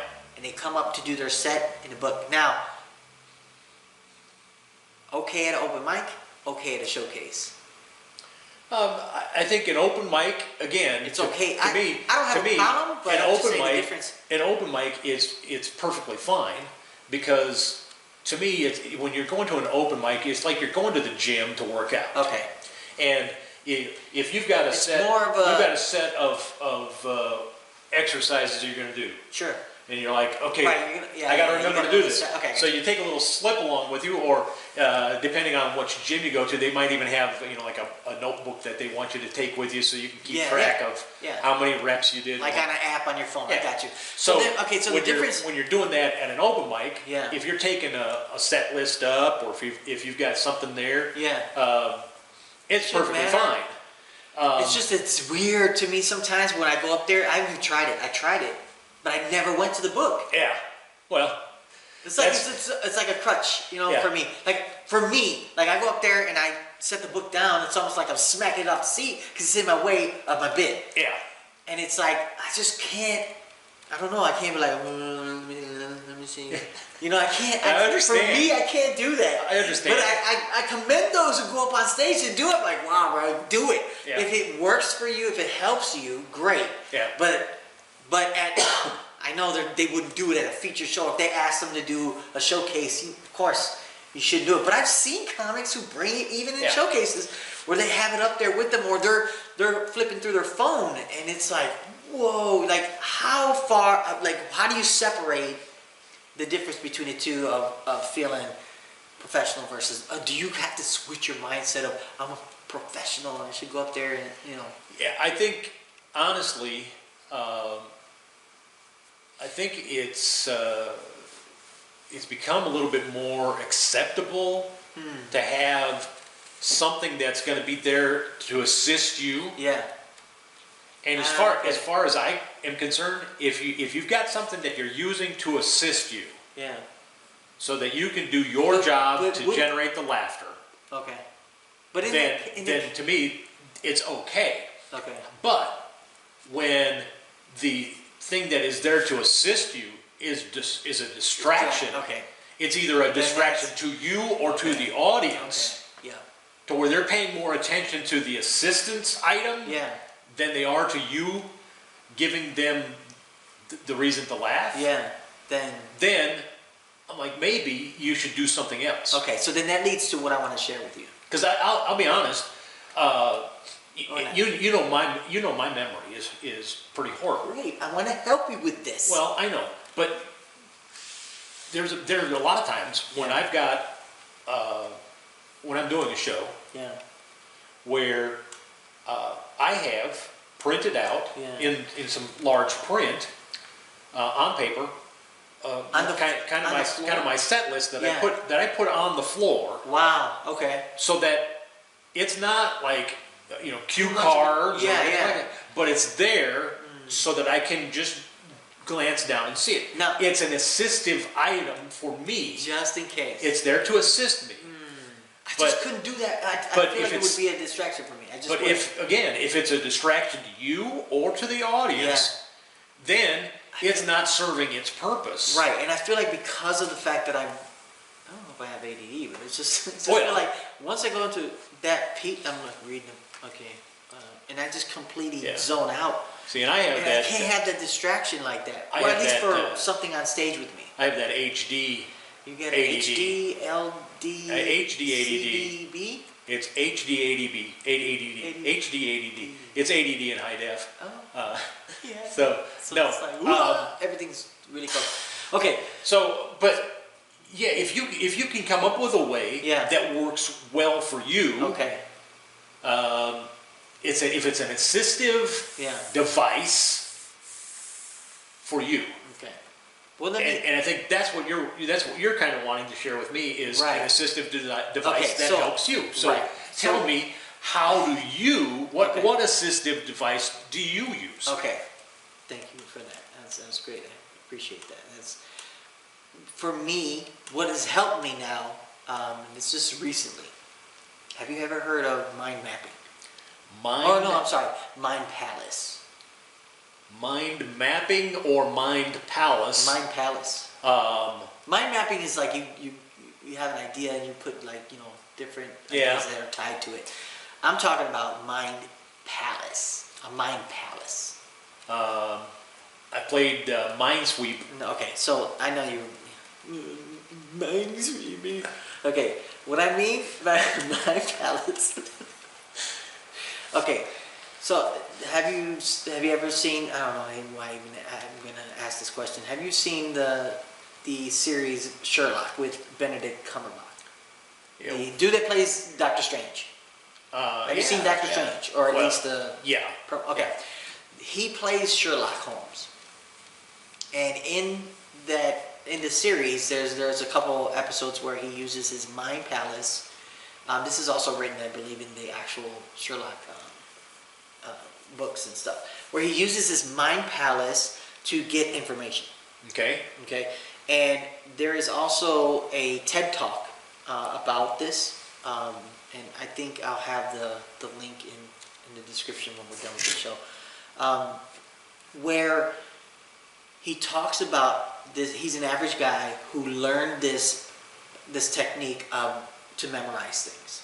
Okay. Okay, and there's actually a competition for memory. There's a memory competition that is held in New York, where these guys come in and they actually take like a deck of cards and they fan them out and they learn the order of the cards. Yeah. Okay, and then they call them out, and within seconds they're able to memorize them and go through it. It's Yeah. ridiculous. And the casinos don't like them. They don't do that. So they're counting cards here, we're not counting cards. From what I understand. So that's one, Yeah. right, so that's one aspect of what they do. So they learn all these photos and everything. Okay, so the process of it is where the whole concept is you create a palace that you're familiar with. Okay. And for example, if you were to think, okay, picture the theater in your mind. Oh, okay. Okay, and then you say, okay, so I would tell you to close your eyes, but I know you're gonna be like, "Ooh." Exactly, you'd fall asleep. Exactly, you would fall asleep. I knew you would do it. Okay, anyway, so look. At my It's age. really easy. I know. Anytime, Come on. as soon as you close your eyes, you're gone. Yeah. I get it. Okay, so you picture it in your mind. Yeah. Okay, this place, and because you've been here for a while, you know the setting and the layout. Mm-hmm. Okay, now in the layout, let's just say each chair here is like an item. So Okay. the chairs on your left is 1. Okay, Yeah. and the chairs on your right is 2. Okay. And then you got the stage is 3. Okay. Okay. And then you got the fans in the ceiling, 4. Okay. So those are those places. So you picture that in your mind. Okay. Okay. So I'm going to tell you, all right, you're standing outside of the theater at the door. Okay. Okay. And you're saying to yourself, okay, you turn around, you look, and there's 100 people on bicycles headed towards the door of the entry of the theater, and they're wearing nothing but Santa Claus hats and his suit, and they're singing jingle bells, jingle all the way. Okay. Okay. So you're picturing this in your head. Picture it in your I'm feeling the holiday festive spirit now. So they're on their way. They're going like full speed to the entry of the door, and they smash into the entry of the theater. Right. And they're everywhere. People laying out in Santa Claus gear, and they're not jingle all the way anymore. They're Right. just hurting. Okay. You turn around. You go into the theater. Right. And to the right of you, on the chair in the seats, are Okay. a bunch of dolphins. Okay. Okay, and that are balancing a beach ball made of oatmeal. Interesting. Okay, and then on the right side, on the other seats, okay, are a bunch of just barely. There's actually okay, right in the second one. There's a golden alligator, Ooh. and he's going smack 'em, yak 'em, smack 'em, yak 'em. Yak 'em. Okay. Okay. All right. So okay, and then right on the stage, the last part, right on the stage, all right, it is you and your family, right, and Okay. you guys are all wearing hula hoops Okay. with golden helmets on, Oh. and you're like, Okay. okay, all right. So now you take that Mind Palace. All right, let me talk about the Mind Palace now. Okay, so just keep that in your brain since you were so generous to give me your time and focus. Thank you so much. You were so focused. All right, so Mind Palace is that. Okay, so I take a place where I'm familiar with, very familiar with, because the mind. This is how awesome the mind is the fact that it takes the time to remember pictures. Okay. Okay, and it's really photogenic. Okay, so I took the time to lay out my where I live. Okay, my home. Okay, so I got my living room, I got the rooms in my home, I got the dining room, I got the kitchen and all that, right? And I laid it out on kind of like a piece of paper where I kind of it's like a blueprint. Yeah. Okay, and I put all the items in each room. So I got my couch, I got my recliner, I got all that stuff in the room, and the more detail you can get is great, is better. And then I just numbered them all: 1, 2, 3, 4, 5, 6, 7, 8. Right. So I have my recliner as 1, blah blah blah, so on. Yeah. So then I take my jokes, All right. and sometimes the jokes have bits that, or a chunk, of jokes with Yeah. a cluster, right?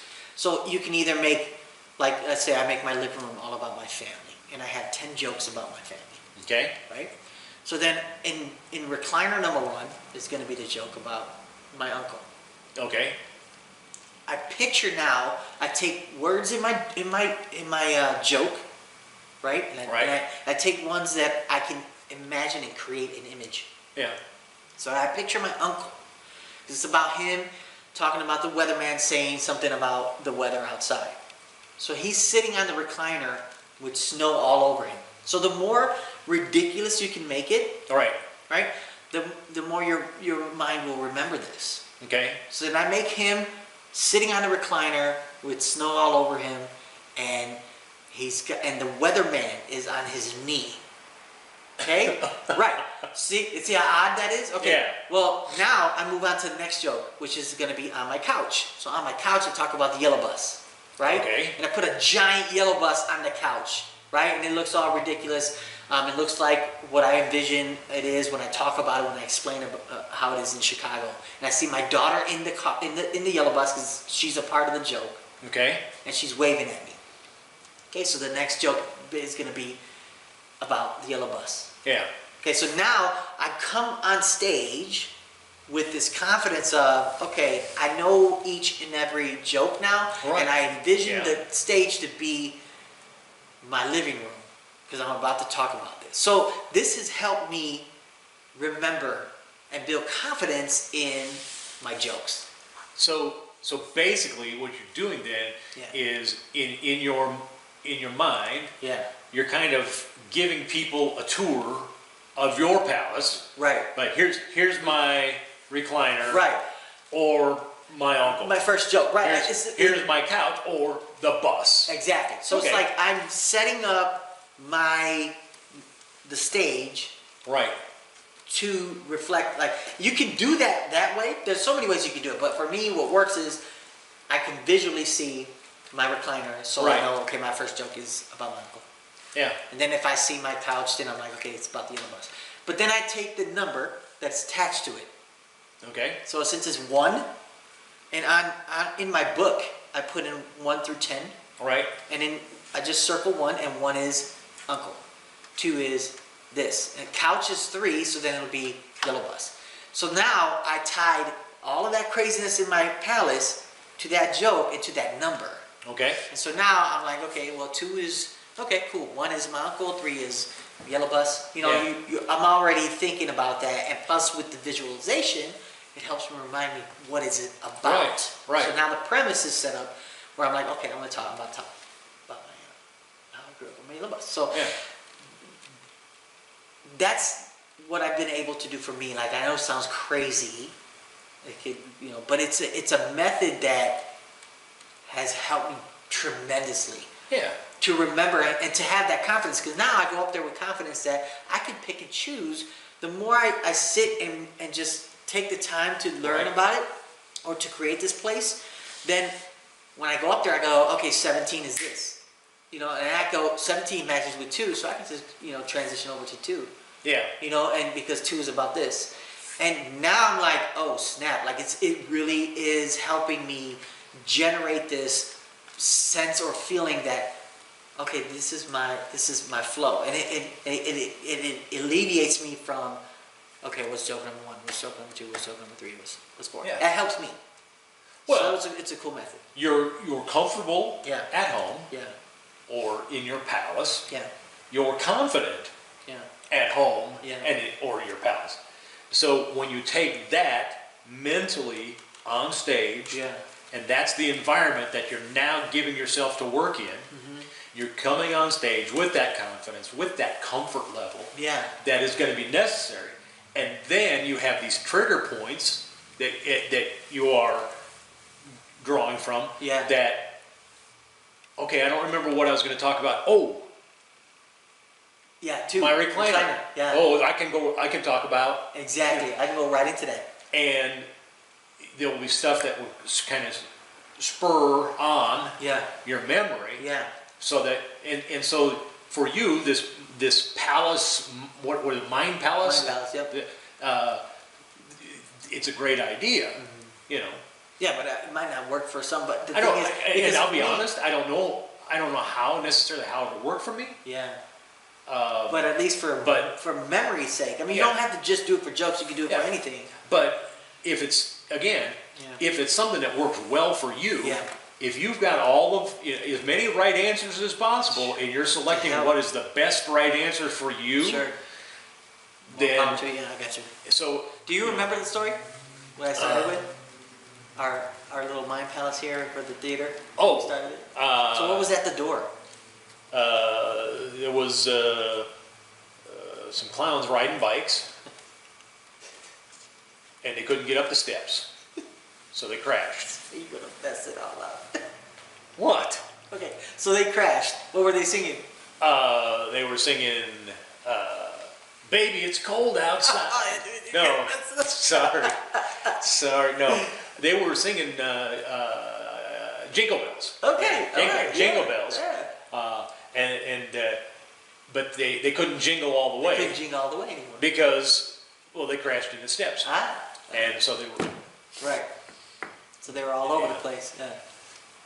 Yeah. So then we came inside, and I know I don't remember what you had. One side there was I don't remember what it was. There was a dolphin on one side. Oh yeah, dolphin with a big a ball, a beach ball Yeah. made out of pepperoni pizzas, Oh, so close. and It's ruining. The plan is ruining. and then on the other side Yeah. was a gray babe. It was going yabba dabba dabba dabba dabba dabba doo. You Yeah. would mess it up, bro. And You would ruin my whole thing, my whole theory. well, You here's just the destroyed beauty. it Here's the beauty of with this. your is nonsense. Everybody who was paying attention to you teaching Sure. me your They're looking at me. your Yeah, they're palace like, thing. this guy's full of it. They're like, wow. I hope That they're like, guy's wow. that They're guy's like, that guy's an idiot because we all remember it was a golden alligator that was saying yabba dabba doo or Smack 'em, yak 'em. smack 'em yak 'em. Okay, and then on stage was my family Yeah. and we were all singing Kumbaya. With a golden helmet on. Oh yeah, with our Okay, so I guess- Notre Dame football helmets. That's what we were wearing. Golden. Okay, see, you can even go further like that. But So- I mean, for me, Yeah. it works, man. And- it's really cool. It's a really cool process. I think Yeah. because of the fact that I'm also, since I do a lot of, since I work as a marketing and graphic designer and all that, it's all visual. Yeah. So visual, you know, is like it's Yeah. real easy for me to just picture certain Yeah. things versus trying to learn verbatim. Now, of course, at the same time, you can learn your jokes at the same line for line too as well. So that way you Right. got it, Yeah. crisp and good. But once you get the gist of like the premise and you can work your humor at the same time because you know, oh, wait a minute, this is about this. And it gives you that comfort and that confidence. Yeah, and that confidence that's so that true. you can just really Yeah. get up there and have fun. Yeah. Yeah. Exactly. And so, It's fun. yeah. As far as I'm concerned, you find what works for you and just get up there and rock it. And as long as it helps you relax and have fun, then why not? what works good for you What's good for the goose? is good for pizza. There you go, bro. I appreciate it. Because I remember all of that stuff. So, This is good, man. It's a good Yeah. conversation. yeah. I'm So- hoping that it'll help I hope it does too. I think, whoever's out there that's kind of grinding Yeah. like us, man, and yeah. hopefully it has some kind of, I know, I think encouragement. that I think if we help one comic yeah. get better, if we just have one, if I just reach one, reach one, teach just one, reach one. and for those of you who have we reached for those of you we reached today, please send your cards and money. Cue the fly to And the eye. no. Yeah, man. So This is good. so anyway, what else?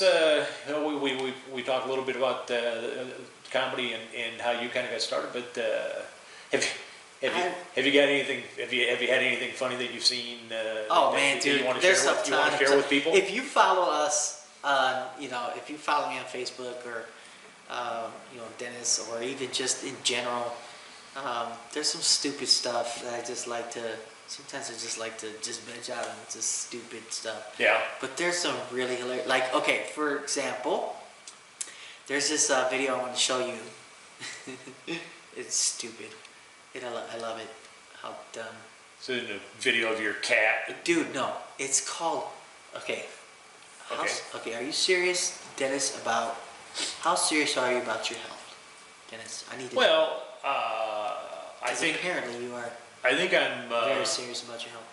I think I'm Have somewhat serious about my health. Have you ever tried cycling? Cycling. Yes. Like getting on a bicycle and riding. You've been on the bike, but Are you talking about stationary bikes? stationary or- bikes. Cycling, like that. I did say cycling. I I meant did. stationary, like exercise bikes. Oh, like those spinning Bruh. things that they do. Yeah, like those. Yeah, you gotta try it. I can't say that I've actually tried it. I have seen it Yeah. because I walk through the gym and I see them in there just Just going crazy. It Okay. looks like they're just going all kinds of places, but they're not going anywhere. You need to go ahead and go online Okay. and find this amazing guy, Yeah. teacher, trainer, I should say. His name is Creepers. Creepers. Yes. He's from LA. Okay. And he's got this thing called Cholospin. Cholospin. Cholospin. Oh well. Last time I put between the ankle, homie, you're like, ouch, and you said ouch, and you don't normally talk like that, so your homie's like, damn, you say ouch, like, you sound like a buster head. You sound like a buster head. I got little legs, homie. That's why you got little legs, homie. Next workout, homie. There's these guys. This is where I This got dude my- is really cool. The guy who does it, I think it's called Mas Mejor, is his channel. So it is so good, so you take your bike, This three is- chips in for my homie Ruben. Watch Gonna give each of you a 18-pack, homie. You got it like that, okay? Right here, homie. I'm gonna put it up really quick. Let me put it up really That's my quick. Serentripas You can see también, okay? what I'm talking Okay, about. but bring it to the Okay. top. Watch, onto the shoulder like that. Boom. Alright, so we're gonna coast in. We got a block and a half left. Okay, you're here, Tio Lico. He's talking papas again. Ready for fight? You say your Tio Lico's Alright, papas and gas. Alright, Check it out, eh?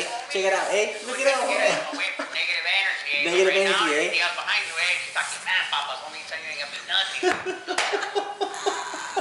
You need to try out the Cholo class, bro. Man, Cholo, Like, you know, maybe the Cholo bike. stronger in a weird It's hilarious, dude. For real, you ain't shit. I will say the. Take it easy, take it easy. I will tell you the Cholo bikes look a little bit more comfortable than the things that they got there at that spin class. That's all I can say there. But, Right. yeah. Right. So anyway, that's Well- hilarious. You need to check out the Cholo exercising. I didn't expect that last one, I'm gonna- dude. But there's this other. I'm one. gonna be rocking the 6-pack abs if I Bro, get busy if on you the can, well, his Cholo yeah, you get on spin class. Okay, so there's this other one. Have you ever had any of your like FedEx packages stolen? You know, I don't think I've ever had them, but It's been a thing. I know that people are It's like it's people been are a thing. always talking about Yeah. well, especially during the holidays when people are sending gifts. Even now, and exactly. They're saying, hey, you got to keep an eye on your stuff, or ask a neighbor to get it for you. Otherwise, Right. people might Somebody come by might and jack it, steal yep. steal boxes. I off mean, you. if you in certain places, you definitely gonna have your stuff taken. But Yeah. like what I'm talking about. Okay, so there's this. I saw this thing, This guy took a package from my porch, and now he's about to open bro. it in his car. It is about. Before I go into it, hold That on. is recording him on full. Okay, let me just set this up for you. Okay. This guy is a NASA engineer. So he's pretty This smart. dude's like genius. Yeah.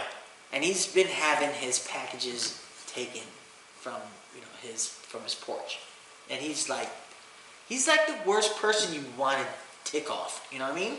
Because this guy, he decided, you know what I'm gonna do? I'm gonna take care of these guys. And this is how I'm gonna do it. I'm gonna create a package that is a fart. It's like it's a glitter fart. bomb. Glitter fart. It's like it's a glitter. it's a glitter fart bomb. It's a glitter fart bomb. Okay. Where when they pick up the package, and Yeah. they get the package, and they open the package to see what's in it. Glitter is like shot onto them, like it's spun and shot onto them, and then every 5 seconds he's got this spray that shoots a fart smell. Ooh. So every 5 seconds in their car, it's just So and it just they're covered in glitter, and it's like the best. It's like the best prank that you want to put on somebody, but yet at the same man. time you like teach them a lesson because you don't want to.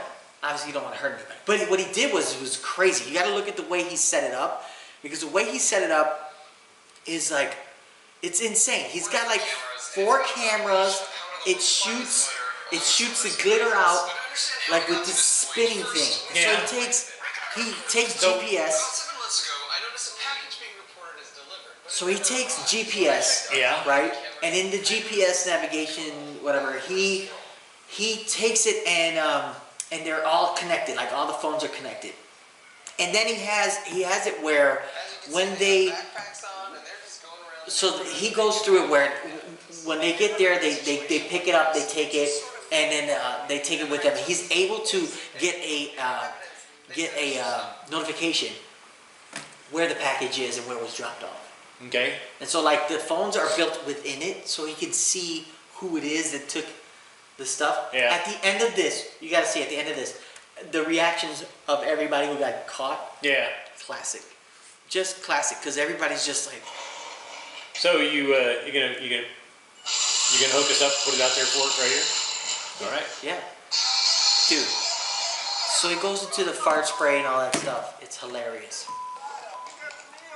What's that smell? What is that smell, man? What is that smell, man? just go, bro, and it keeps going. And so it's like these guys are just, they're getting destroyed. It's hilarious. So anyway, between the smell and the glitter, bro, it's like it was so genius. I'm like, that's the last person you ever want to get in the way. Is a NASA engineer. It's gonna be. You don't want to take his package. It's gonna be a little difficult for me to finish my Christmas shopping though, because I'm scared to go out. You don't even know what's gonna. Oh my God! You got like, it smells, man. Yeah, bro. Those are the silly things, man. Yeah, well, you know. Sometimes you just don't take packages. So, well, thanks for sharing. I had to share that with you, man. I felt like, because, papi, you need to learn a little bit something. Something. Because if I tell you, go to YouTube, be like, what's a YouTube? And you're like, I want to make sure you're schooled on what to do.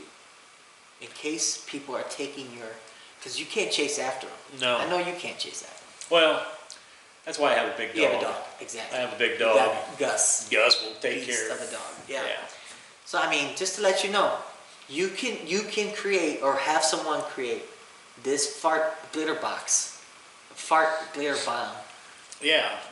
Exclusively to keep these people Evidently, taking your packages. I need to get to have some. I need to make friends with some NASA rocket surgeon. Do that.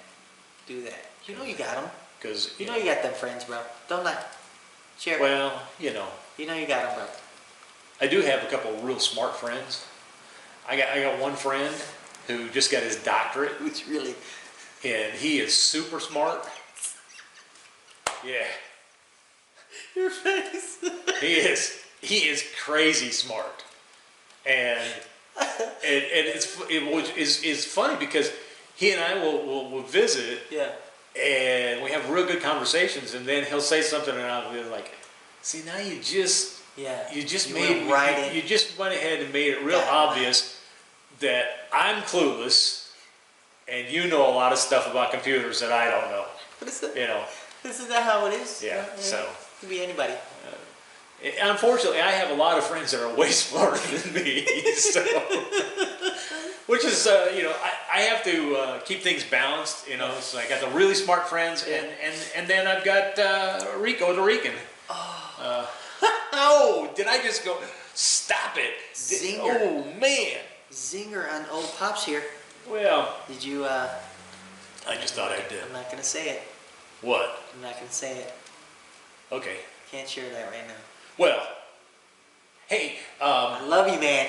hey, I do want to, because I know we're getting long on time here. Yeah, I mean, But this is a good one. I want to mention the fact that on the next Pops and the Rican show, we've got a special guest coming in. For Yes, Pops we and do. the Rican. It's very. And we'll be introducing Ray Danger Hensley. Wow. Ray Hensley, Yes. great comic. Yeah. That it has been. We talk about putting in the work and doing all that stuff to write material and get better, and Ray is one of those guys that has just been out there putting the work in and getting better and better.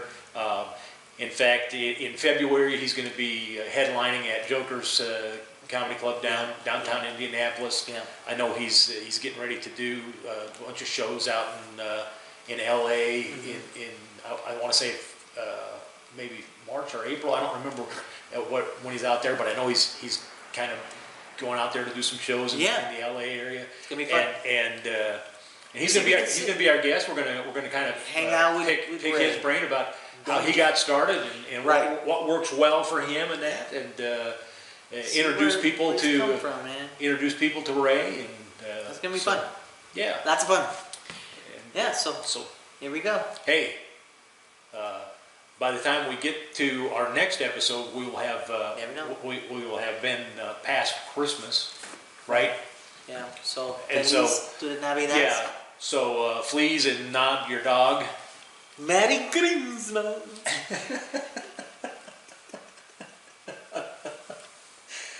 And Feliz Navidad and Merry Christmas. yeah, Merry Merry Christmas. Christmas, man. You guys say Feliz Navidad and Merry Christmas. fleas on your dog and Merry Crema. I don't know what he was just saying. So, no, really, I hope everybody has a phenomenal, Merry phenomenal Christmas, Christmas, and then get ready to tune in for our next episode with Ray Danger Hensley, and that'll be our episode, our New Year episode. That will be the start of the New Year, right? Yeah, and wow, that's true. And so so we'll be kicking it then off. we'll be kicking it in, starting it off strong, baby. kicking it into 2019. Oh man, you straight Man, up. can you believe that was a lot of energy that came out of you, That's bro. just crazy. That came out of you. That was a lot of energy. See, Yeah, you can go to sleep. you don't even know how amazing it is that we've reached 2019. 2019, yeah. Because at my age, I didn't, You didn't think you'd make it. I wasn't sure I was going to make 2000. And here we are, almost to 2020. 2020. The whole Y2K scare. So, man, oh. Everything's gonna reset to Yeah. 0. And I'm just like, I remember as a kid, people would say, well, in the next century, and I'd be like, I won't be alive then. Because that's so far away. Man. And here I am. To even think. In Shelbyville. Here I am, still kicking it out. Doing a show. We're doing a show, Christie's Off-Broadway Theater. With the Rican. With the Rican. Rico. Pops in the Rican. Rico the Rican. Kicking it up in 2019. So horrible. And I'll be honest. I love it. I'm like, I didn't think I was going to make it. Exactly. Well, here you are, bro. Here we are. So let's do this. Okay. So what are you? I'm Pops. And you are. I'm the Rican. And this Say, is Pops and Rican, baby.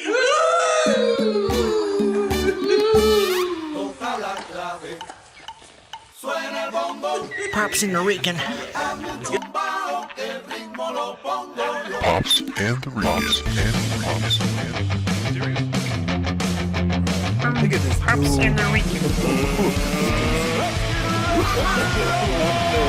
The Pops in the Rican. What? The Pops in the Rican?